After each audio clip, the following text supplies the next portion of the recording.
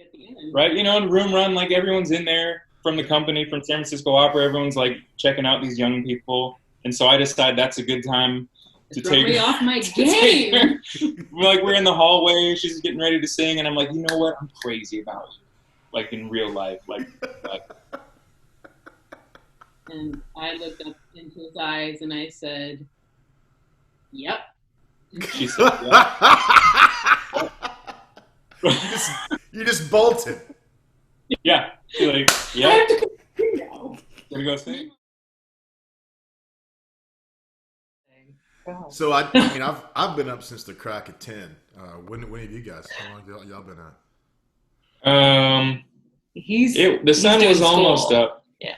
Our daughter's an early riser, and you know. What did we get ourselves into, Mike? What am I? I just feel like I'm missing out on something in my life when I hear stories like that. Yeah, you'll be missing a lot more if you have a kid.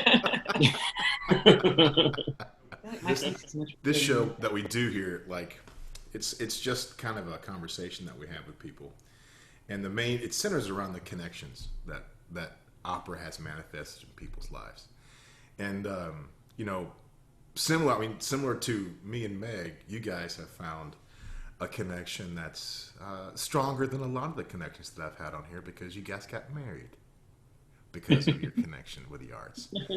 That's right. So I thought that was a nice story to tell. So would you guys mind letting us in on the story of your genesis? Yes. You tell it. That's radio talk. That's what you have to get. That's podcast talk. I should put on my radio. Judge. I'm not sure that I tell it better than you, but we met the day before Marilla started in 2007. We were both young artists. And I remember going to a sushi place. Mm-hmm. We had a mutual friend, his roommate, Sam Hanley. Mm-hmm. Damn. I love that guy. Sam. Papa Bear. Yeah. I mean, I thought he was just the cutest thing I'd ever seen. But that was the first impression I had when I saw him, too. Yeah, I mean, I think that's what everybody pretty much across the board. Across the board, I'm told. Just cute as hell. And so my way of flirting, I offered him some. Did I offer it or did I? You said. She got up and came to where I was sitting at the table, and she said, "Can I make guacamole for you?" Oh, you're about to lie. That's a lie. That was later. I did offer to make guacamole for him and failed miserably because back then I didn't know what I was doing. I offered you some savings in the food. Oh yes, no eye drops. She always has eye drops with her. It's not in my everyday carry, little eye drops. So I don't know exactly. I'm Mary Poppins, so yeah. She is. She's always got just the little stuff. And one of I only carry it when I'm smoking a lot of weed. So I mean. Well. I don't know. Did I have something in my eye? Maybe, probably. But I was trying to hide it. I was trying to not be weeping at the table, and you offered me some eye drops, and I thought that was weird because who carries eye drops? No. So his first impression of me was that I was super weird. Yeah, you were ready for motherhood right then. You already had the purse with everything in it. Do you need a stapler? I got a stapler in here too. I'm gonna put that on the list. Stapler, mix those AA batteries, Band-Aids. Yeah, so we met at that point, and we were both in Cenerentola that summer, and I was singing Cinderella, and he was singing The Prince. What? What? Gross! What? Oh, that's disgusting. That is sweeter than carnation milk. It was a full-on showmance, but we weren't romantic while the production was going on. You know what I mean? We were colleagues only, even though when we totally made out in rehearsal. We did. We sure as did. Cenerentola and the Prince. Because we were supposed to. Yeah. You understand? Acting. Yeah, we were just, let's take advantage of this moment. Meanwhile, we had all these sort of life career guidance meetings where the advice is like never ever date a musician and never ever ever date a singer. Certainly not. Right? Because all whatever, a bunch of reasons. And so we kind of scooted a little further apart from each other. But yeah, after there were only 2 performances, right? Mm-hmm. After the second final performance in the parking lot, I was like, No. You You steady? declared your love before that. oh no, that's true, I did. Want to go No, steady. I forgot about that. I did. You like So there that, was yes, one. Mark. It was the room run. I was particularly moved by her performance, and I was just like, I've got to lock this down. I've got to get in there, right? And so, I think it was right before the big final rondo, Yeah, before my Right? big shindig at the end. right? You know, in room run, like everyone's in there from the company, from San Francisco Opera. Everyone's like checking out these young people, and so I decided that's a good time to Throw me off my game. We're in the hallway, she's getting ready to sing, and I'm like, you know what? I'm crazy about you. Like in real life. Like And I looked up into his eyes and I said, "Yep." she said, yeah. You just bolted. Yeah. She's like, I yeah, have to continue now. gonna go sing. Meanwhile, my heart is like, I'm wondering, like, maybe that wasn't the best time. Oh. oh well, my heart is. say Like, But in retrospect, this might not be in line with the current sexual harassment policy they have here. Oh, that also. We didn't have those. No, it's a different time. Yeah. Different time. I'm really crazy about you. She sang it beautifully, and then we still didn't really we weren't officially in a relationship until after the last show. Yeah. We kept it profesh and didn't abide by anyone's, oh, you guys are not going to last. You guys shouldn't be together. You guys should ignore your summer romance feelings and all that crap. And here we are today. Here you are. Well, that is a funny thing because, we've all had those connections. We've all had the connection with somebody.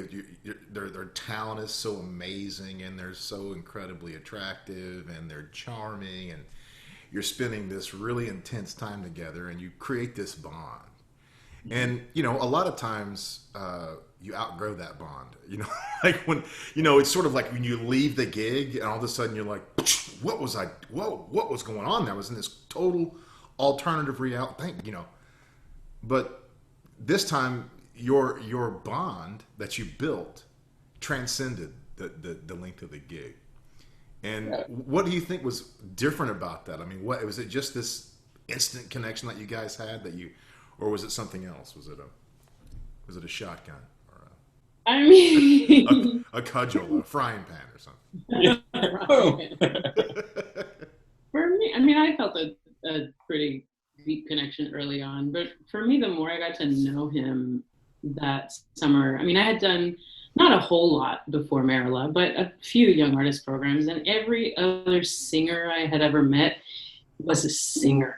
I think we all know it kind of what that means, and he just wasn't that. When we weren't at work, even when we were at work, he's a goofball all the time. Like if he can play all the right. If we were doing Kaiser von Atlantis, maybe he would do that. Lots of jokes popping in this post-apocalyptic authoritarian commentary. But in rehearsal, he was always that, and then outside of rehearsal, we just never talked about work, and I loved that. That was so different from everybody else that I knew. And I know that people do meet other people that are not musicians, but most of my surrounding is always with musicians and with singers, and it was kind of just a breath of fresh air to meet somebody who wasn't into all the nonsense, all the politics and well, it's a lot of the gossip mills and rumors and things. That's always something that super turned me off with people that they have regular relationships with, because it's just like, man, that's not what we're here for. Just doing this for a living is tough. right? Mm-hmm. If you're a singer and you're married to an accountant or a lawyer or a janitor or a teacher or whatever, you know, it's a hard career. It's really hard when you're two singers. It's not even like you're in two different sort of parts of the business, where one maybe an admin, where one person is home all the time. So you guys are both singers, and like me and Megan, you spend a lot of time going opposite directions. And what's that been like, and how did that develop through your burgeoning relationship when you first started? I mean, I imagine there were tremendous challenges to maintaining a relationship under those circumstances. Yeah. So just like you said,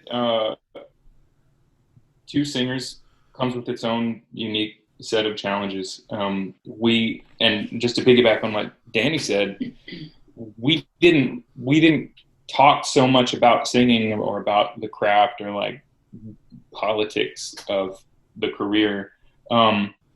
Because we didn't really have to. We didn't have to spend a lot of time explaining anything. We knew exactly what we were going through, and we knew the other person knew what we were going through. And so, in that way, getting that comfort, getting that support from your partner is locked in, is already in place, because you don't have to explain anything about what you do and why your job is stressful and why you have to protect your instrument and all that stuff.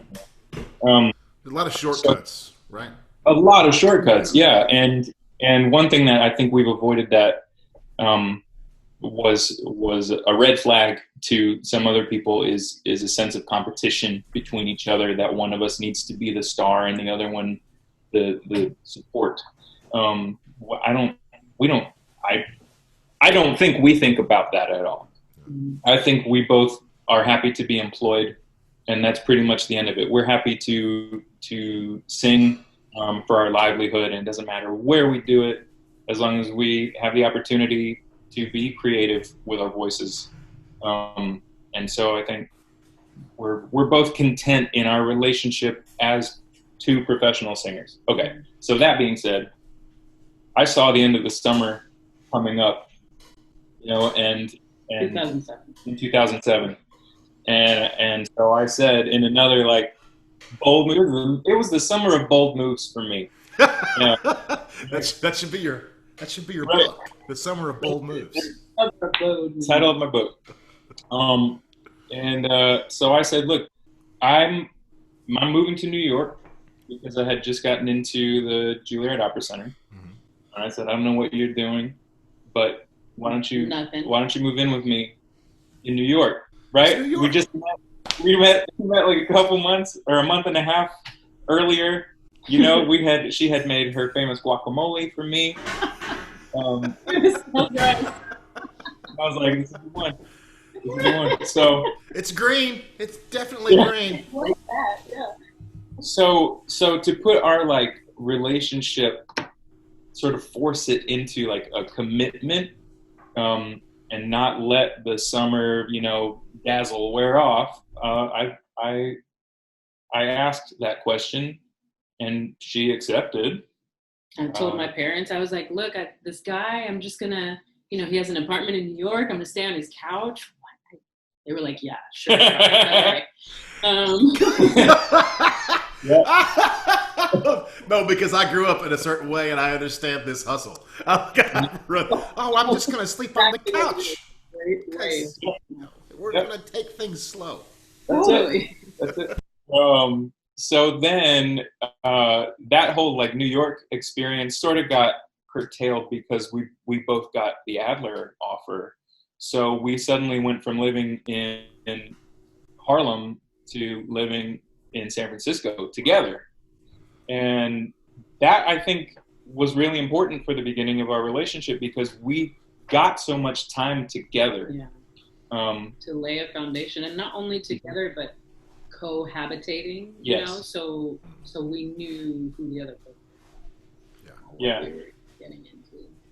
Because then we were suddenly going in opposite directions all the time. We would like meet up in London for a night. For a long time. I mean, I think we were apart for like the longest may have been 12 or 13 weeks. And that, that's I know that that game, and it's tough. I mean, that is a really fortunate thing that you guys had was that year of bonding.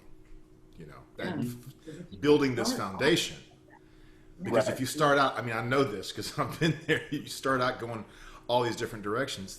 You just miss those, those daily, the conversations, right? It's the turning over in bed and just having a thought and it coming out of your mouth. Which, when you're on the road all the time and you're by yourself, there's no one to tell that to. That's probably the reason why everybody's Facebook is such a goddamn waking nightmare. Is because when they're alone, instead of saying it to their wife or their husband or their partner, it's just onto the internet now, So you got to de-stress somehow. Yeah. And those things, those little conversations, those little things are those things that sort of build those tiny little bonds between two people. So after you guys, how long was it before you guys moved in together? Was it just a month and a half, 2 months or so? It was probably when I got there, early November, late October, and we met in June. Yeah. So much like the friendships that we have in our business, you're on the express track. Yes. Oh yeah. Oh, who has time, man? You meet the right one, and it's the easiest decision in the world, right? Yeah. What was it like once you did start hitting the road all the time, and you are going in different directions? What were some of the challenges that you faced, and what were some of the things that you did to sort of mitigate the challenge of being apart all the time? Well, the challenge is just like you said, rolling over and being able to talk to someone when, in the absence of that, things.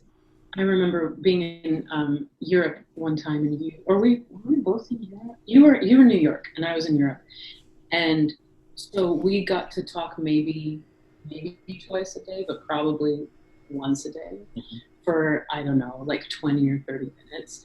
And you can't just go down unless you take notes on your entire day.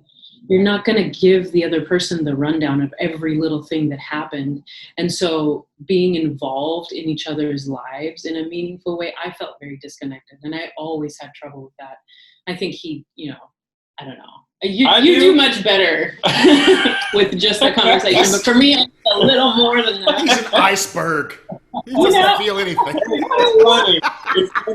It's funny that you mentioned. Ooh, that word has a history in our family. No, that's it's okay. another story. I think we're past that. Oh, for sure. I think we're past that. Yeah. Good.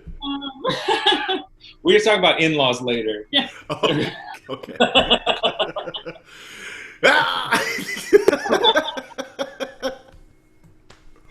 Just when things are going great. No, but you're right. It's hard to connect on a meaningful level because the time zone difference, because we're exhausted, because one of us is getting up and one of us is going to bed or whatever, And so we had Skype. We had Skype. Skype was sort of the OG. I remember that when it first came out. How did they do it? I mean, I'm older than y'all, so I had a little bit of time. A little bit of time in my career when I was traveling and didn't have. I mean, I still had the little brick cell phone, with no touch screen, none of that stuff. When I first got I got my first cell phone like the first year of my career, if you could call it that. But when I would be out there with some of these older guys, man, those guys, I mean, they had calling cards. Yeah. Calling cards that you'd have to go to a payphone. I mean, could you imagine the kind of effort that it took to maintain a relationship back then where you couldn't just roll over and pick up your phone or your computer and look directly into the face of your partner? You had to, go downstairs and navigate a foreign government's telephone system with a card that expires in the middle of your phone call. We are pretty fortunate. We made it work.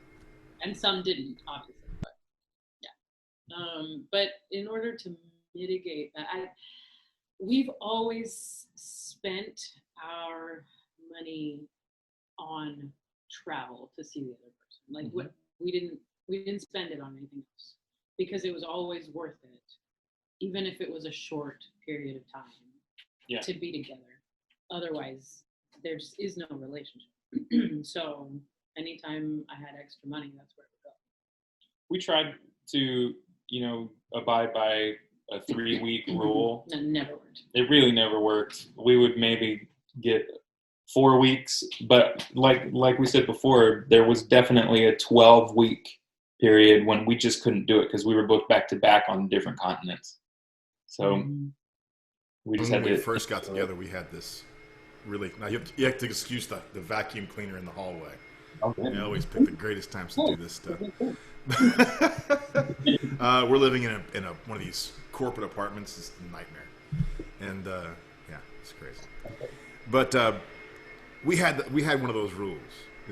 It was like, we'll just maybe do 2 weeks or 4 weeks max, and 6 weeks. That's crazy. It just never worked out because, man, in order for us to be able to take advantages of some of these opportunities, really, you're stacking gigs back to back to back to back sometimes, and so it's really difficult to do that. But it's always great seeing when it actually does work and people are able to maintain that bond over that time.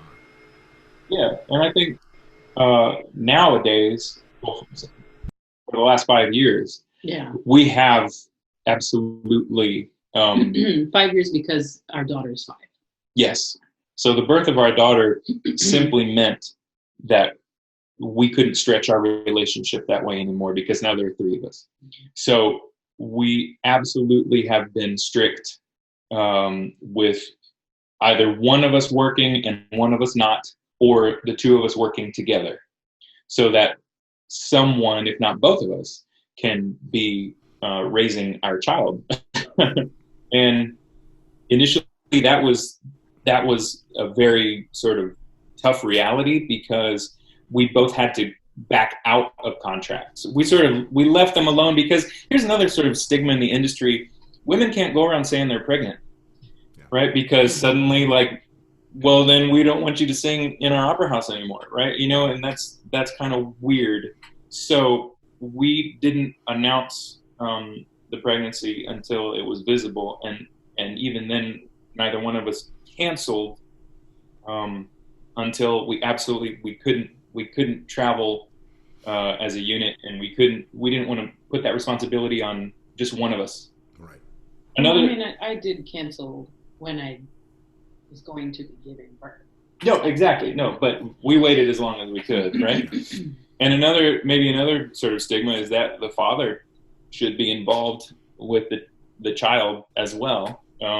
So I was prepared to get some stink eye about me backing out of some contracts, as the one who's not delivering the child. Mm-hmm. But we both, I think it was 2 each. We both canceled 2 gigs so that we could sort of stagger who was singing and who was on baby duty. Mm-hmm. And for example, our child was born on the first day of rehearsals for Daughter of the Regiment in Santa Fe. So I was singing and she was delivering, and then we sort of alternated from there. I think your first gig was a month or a month and a half after. I canceled that one, but 3 months after that, I went back to work. And then we've been so lucky that his parents, and in the beginning, my mom as well, would travel, but they were so flexible, and there's just no way that we could have kept on or kept most of, or my work anyway.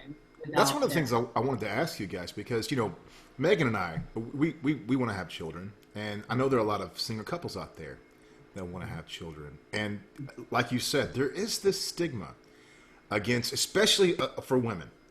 Mm-hmm. And it's unfortunate, and it's more than unfortunate. It's a goddamn travesty. It's wrong. And especially for an industry that loves to refer to itself, or at least at companies, as our family. Our family. And then the second that family comes into the equation, they're like, oh, we don't want to deal with any of that nonsense. Come on now. Yeah. So you were mentioning your parents and your in-laws. Whenever Megan and I decided that we were starting to think about having a family, we actually moved all the way to South Carolina. We loved Colorado for so many reasons. Yeah. But we moved to South Carolina to be near family because, as a friend, another couple friend of mine said to me, you got to be near family to make family, because it takes a village. a family Yeah. to raise a child. But So how has that been? You know, has it been your family that has sort of stepped up and helped carry some of that weight? absolutely. I don't think we could have done it. I mean, and kept working. Right. We could have done it if one of us decided, well, okay, I'm done. But just the cost of childcare alone, and I've had to get childcare, for several gigs, random babysitters and nannies and whatnot. But the bulk of the early days were spent with one of our parents or both at times. There's just no substitute for, leaving your kid with somebody that you trust in every way, and having to go to rehearsal and let down your guard and be vulnerable, and at the same time worrying that, what's going on with my little baby. It does require such a tremendous amount of sort of focus and free space in your RAM to be able to do what we do, and to be able to I mean, not just do the thing, but as we know, rehearsal is not about just doing it. Rehearsal is about creating and being able to take risks, and not, if you have this thing that's just like over your head, it takes up so much of your RAM that it makes it really difficult to sort of engage in those ways. That's why we really try to first get one of our parents or one of our sisters. And if that doesn't work, then we've used care.com before, but we ask the company if they have a babysitting service or a babysitter, sometimes a chorus member or something like that. Or we've even done, young artists or singers that we know. We've asked them to just look, can you come over for tonight while we're doing a performance,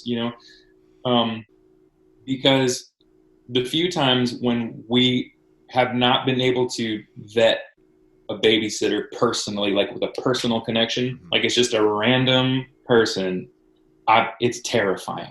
Yeah. My brain starts thinking about all sorts of horrific possibilities, and I'm not in whatever I should be that night. My mind is with my kid, and you're right, it takes up so much of that, I don't know, that focus, that energy. Nothing's going to spark if you're distracted like that. You know what, though, just to piggyback a little bit, having space in there, you don't know how much you have until it expands because of expanding the family. You know what I mean? Like, I didn't think that I could multitask the way that I do. Yeah. And maybe I couldn't before, but that applies to every experience that you go through in life, right? Everything expands your mind and your abilities. Yeah.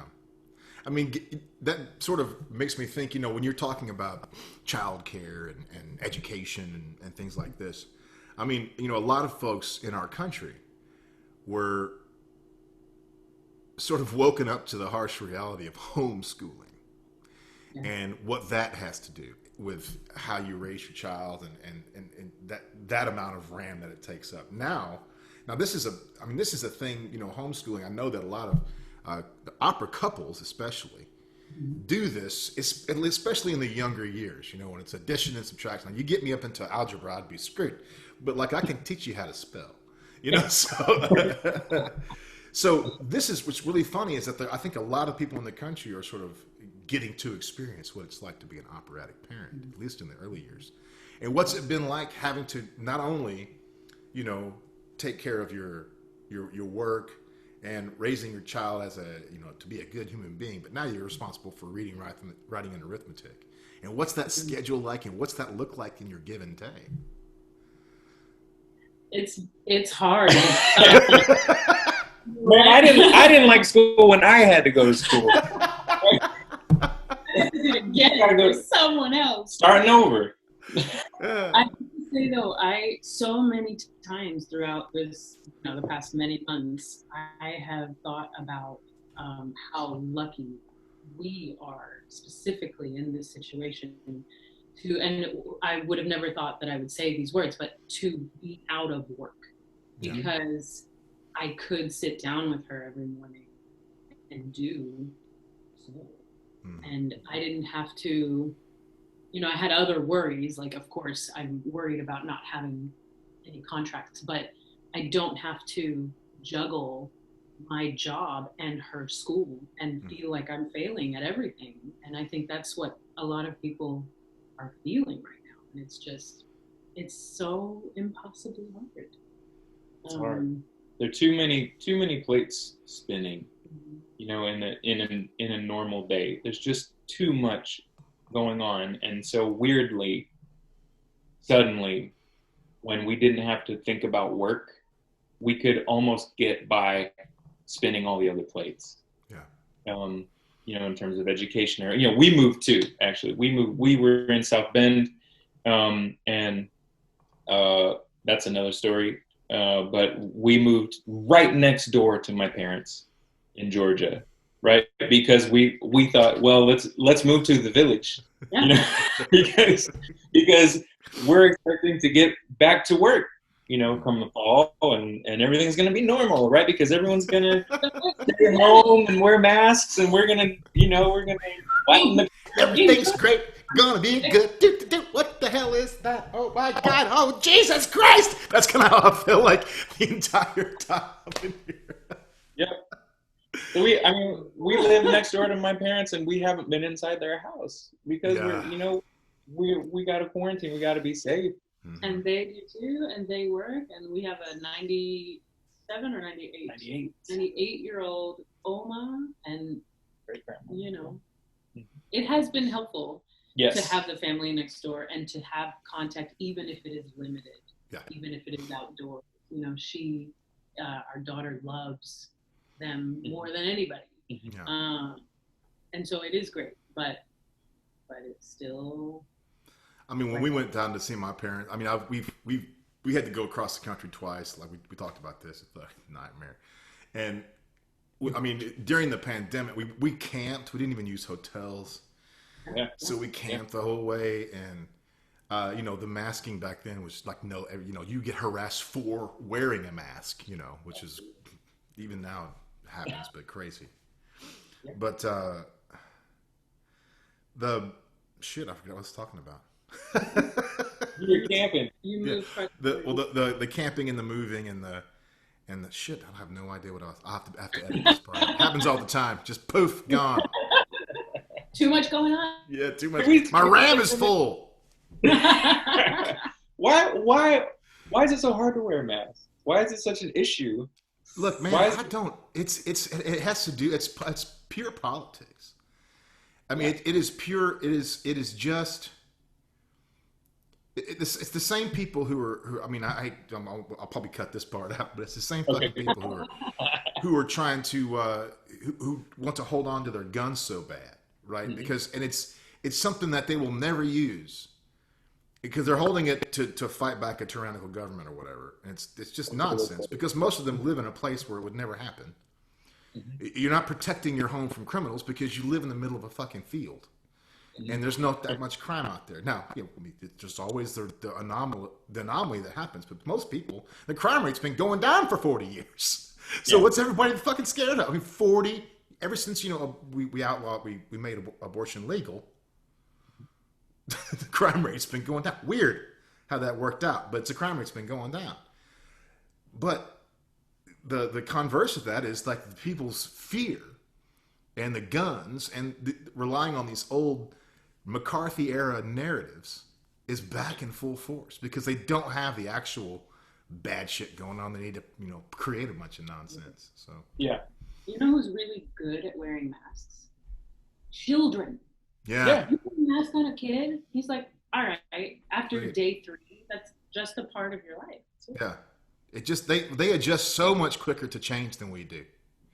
Mm-hmm. So much quicker. I see singers that I used to really respect and admire, and they're anti-mask. They're like in denial of the need for a mask. Even someone Natreb COVID, whatever is. But it's like it's no big deal for her, right? You'll all be fine, right? And so I have a real, I take insult at that behavior because these are our role models. These are, if you ask someone who Netrebko is, you ask someone who Alek Shrader is, they're definitely going to know Netrebko before they know me. And so they're going to see her saying, oh, don't worry about the mask. I even got it. It's no big deal. Right. And that's just not, that's not responsible. And it's not. Especially when you look at our audience being mostly over the age of 60. Yeah. That's right. We're not doing them any favors. And, one thing we don't need to be doing is killing the people that are left in our audience. We don't have that many. So let's not put these folks at risk. It's exciting. You go to the opera and you might die. Yeah. Ooh. It's crazy. Ooh. Well, opera just got extreme. That's the new opera. That's the extreme opera now. You just go in open face and just sit on the stage and the singers sing like this close to your face. Yes. Yes. I think we're screwing up in Atlanta. We just need to go the opposite direction. Sign a waiver. You go in. You go here to get COVID. Look to your left. Look to your right. American. You will be dead. Look to your left and look to your right. They're all dead. That's the new talk. Gets great reviews. What drives me crazy about the mask debate. This is innovative right here. It's so crazy. These guys are really cutting edge, like cutting people's throats edge. There you go. I was on an interview the other day, and I was talking to the reporter, and I was like, what's really funny is that we use our voices. And the clarity and the purity of our tone is kind of a barometer about how good we are at what we do. And if we can go up on stage and put a mask in between us and our audience over the thing that we use to make our living and half of our storytelling tool, right, then you can wear your goddamn mask when you go into AutoZone to pick up a carburetor for 10 minutes. That's right. That's right. I mean, Alek wears a full mask, man. This much. Nobody knows. You don't know if it's me, actually. You'll never know. Alek's just out there hiring people to come in and stand in. They'll never know, man. It's fine. It's like I got a kid to watch tonight. I pre-recorded all my stuff. In fact, I even pitched that to Tomer. I'm like, we could just pre-record this. Yeah. It's all going through speakers anyway. Just have somebody going. That's it. We could do like 8 shows in one day. Get Tomer a costume fitting. Get in there, Zoom and Tomer. It's time to go. We're going to see if you still got your chops. Well, speaking of that, speaking of the Atlanta thing, and how it relates to family. I mean, Meg and I are both in the program. You guys are both in the program. And I know for us, it's been absolutely wonderful to be able to work together. I mean, you guys at least are on the same schedule. Meg and I are on different shows, so you guys really coordinate. I mean, you're spending like 24 hours a day together, right? I mean, I don't. So I mean, I'm sure that comes with its own set of challenges. But I know for me, it's been like, for the first time. I mean, the coronavirus has made us all sort of gut check our emotional IQs, and reevaluate whatever value system we had pre-corona. I know that moving forward, my idea about the gigs I choose to do and the time I spend away from people I love is going to be drastically different because I was able to taste what that was like for 6 months, and I'm never going back. Yeah. And so what's it like for you guys to be able to be in the same, it's probably similar to what it was in Maryland, but now you have all this history. And do you think that this is something that more companies should be doing?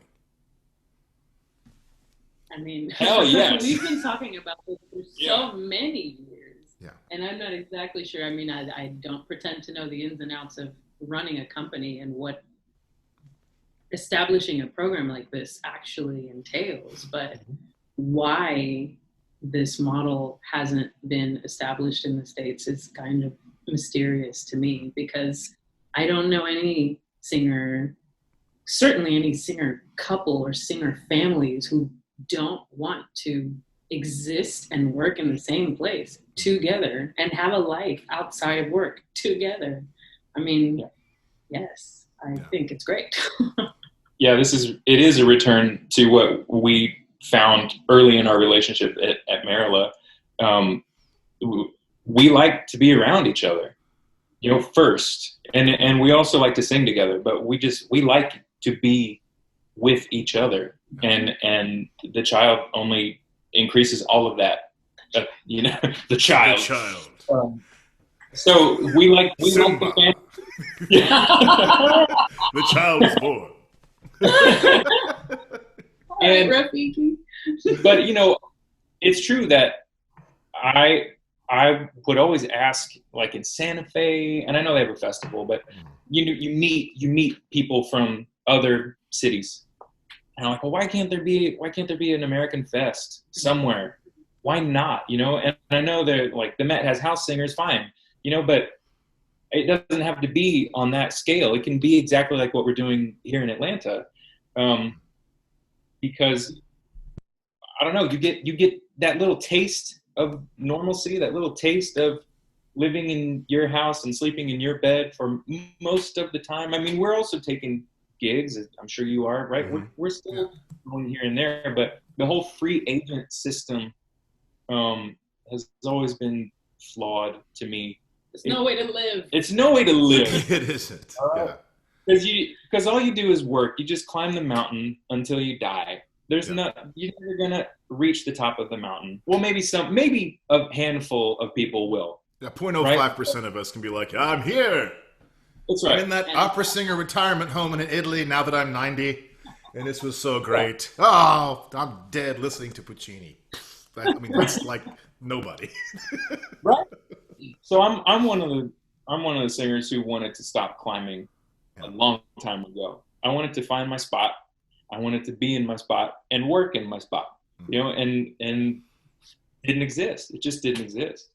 And I wanted it so bad I was going to quit. It's like several times. It's an ongoing discussion of like, I don't want to get on the plane, and I get there and then I sing poorly because I'm already over it. Do you know what I mean? And man, I know exactly what you mean, because have been times, several times in my life, and especially once I married Megan. Before I met her, I have a history, but before I met Megan and before we got married, I liked the road. I liked getting out there, and I still like it, but not as much. Mm-hmm. And there have been several times when I left to go to Spain for the first time. It was my first international gig. My first international gig was the Teatro Real. Nothing like starting small. And I thought, and I had this huge imposter syndrome. I was like, who the fuck do I think I am singing at this place? And with fucking Joyce DiDonato and all these big ass stars, who the hell am I? I'm fucking nobody. And it was Christmas time. I actually spent Christmas in Spain. I landed on Christmas Day. And I was at my in-laws' house with my wife. It was just a really great time. We were just all together and loving each other and being ripped out of that environment. It felt like I was dying. And when I got to Spain, over the course of about 3 days, I just had this rolling nervous breakdown that just sort of happened over time. And I was just sitting in my apartment, just like, what am I doing here, in tears and everything.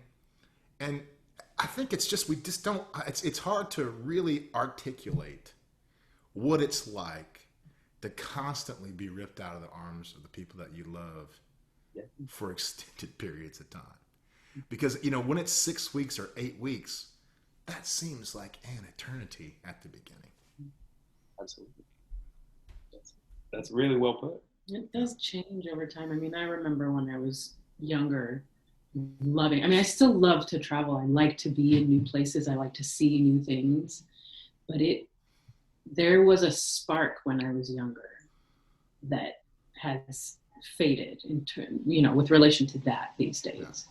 Now, like I said, I still like to travel, but being away from the people I love, it takes its toll, and it kind of compounds the more that we do it.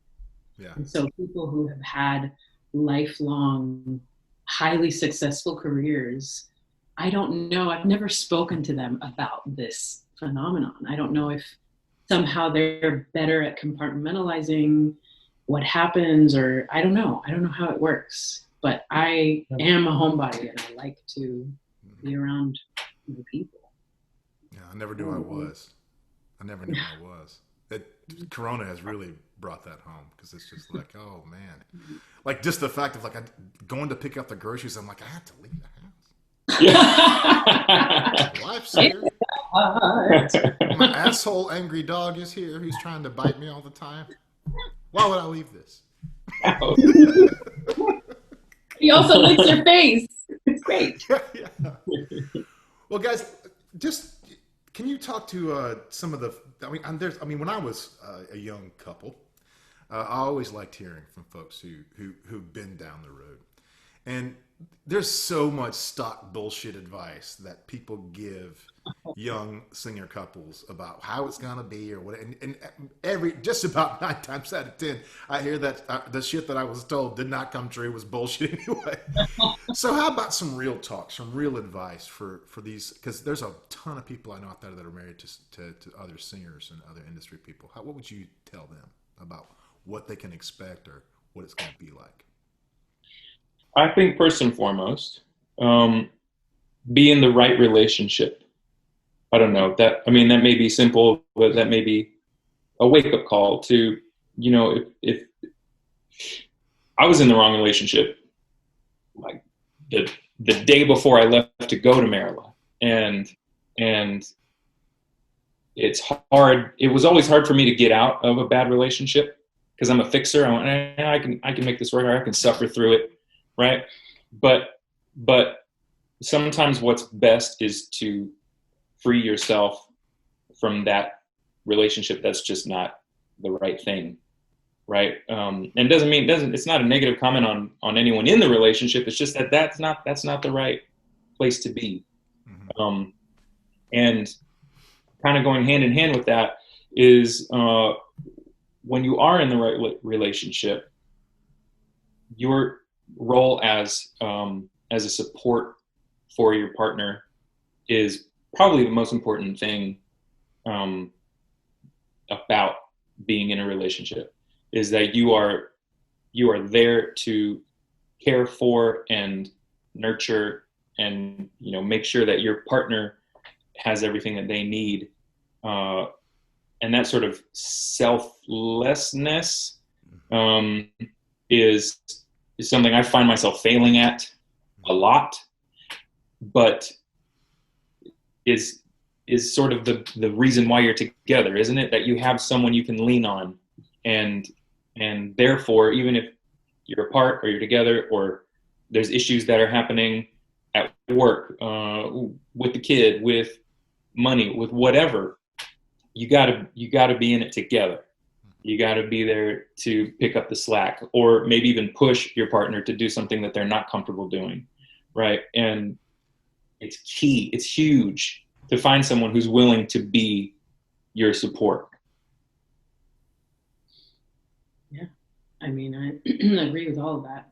Early on, I think you said something to this effect that there was never really a sense of competition because we're both singers.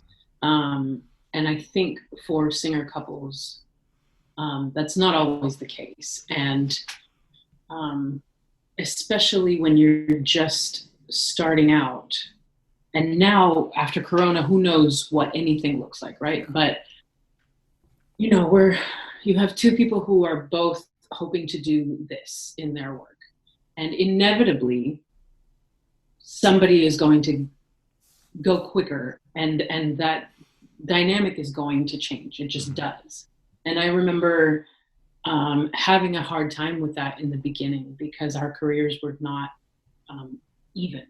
Mm-hmm. And that just being able to acknowledge that, and having somebody who has always been 1,000% support in every way, even when I was absolutely down on myself, like I couldn't get out of the hole.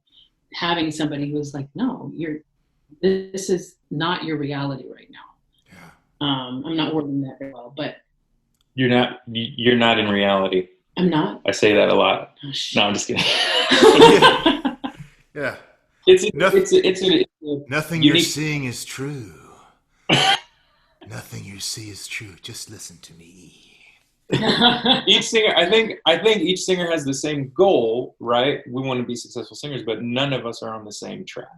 Yeah. Yeah, yeah. Right. But I think it's so tricky because when you both do the same job or kind of a Well, you similar guys job. are both, you go through similar rep too. It's like you're even closer within the art form, you know. Meg and I are completely on. I mean, I'm Verdi Wagner, and she's Rossini, and everything else, like music theater, and she could do anything. So it's like it's at least there's some distinction between our places in the art form. I used to get real mad about her tenors. I'm like, who's on the Viva? Oh, really?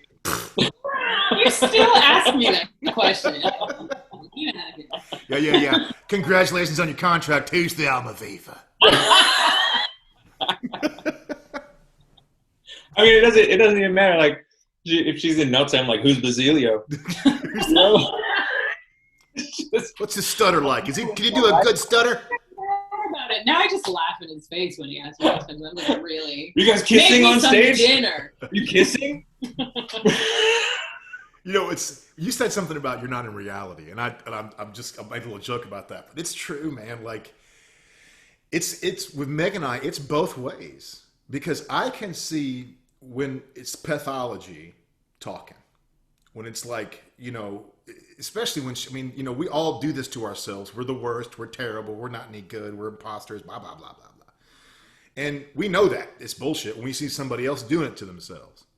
But when we're doing it to ourselves, we're like, how dare you tell me this is not correct? I know what I'm feeling. But you're being victimized by your own brain. It's up there just telling you that you're a piece of garbage and you ought to just, give up on everything. And it's so nice to have somebody who's actually part of what we do, whose opinion is valid because they are in their own right an accomplished professional. Sitting there telling you like, hey, it's all well and good, but it's kind of crazy talk you're doing there. You should look at your resume and your reviews for a second and just realize where you've been. Well, guys, it's been such a great conversation. I mean, it feels so good to just smile and talk and have share a little bit about what it's like to navigate this crazy business and relationship. And I know there's a lot of folks in our audience who will be just overjoyed to be able to gain this insight into your lives. And I want to thank you for opening up and being as frank and honest as you were today. Thank you. We keep it real, you know what I mean? Yeah, we keeps it real. It's nice to talk to you without a plexiglass. I know, right? It's so weird. It's so nice to see somebody's face for once. Like I can't read people's expressions, and it's like number one, I'm a very animated person, even on stage, but like in life. Really? And that's how I sort of get things I need from people. And now I'm like, no, it's really like Eyebrow acting. yeah. I mean, I'm a baritone, so I've got an advantage there. But all right, guys. Well, we'll see you tomorrow night for Kaiser Yeah, man. Montes. And rest.